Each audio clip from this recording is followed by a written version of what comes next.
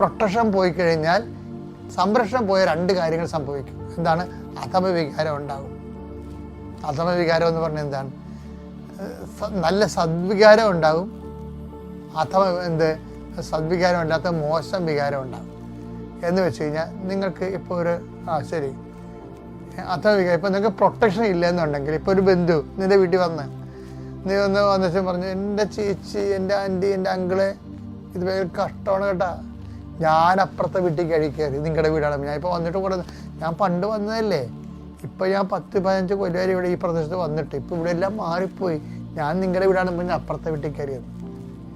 അപ്പോൾ ആൻറ്റി പറഞ്ഞു, നീ 2 നില 3 നിലയുള്ള വീട് നോക്കി കയറിയതാണല്ലോ എന്ന് പറഞ്ഞു.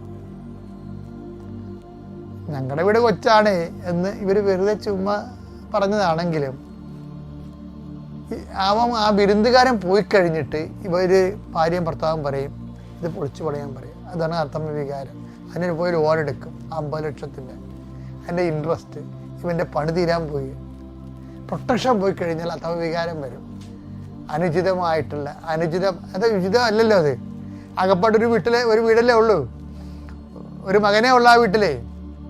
മുറി 8 ഉണ്ട് താഴെ മുകളിലുമായിട്ട്. ഒരു മകന് 8 മുറി. അനുചിതമല്ലേ?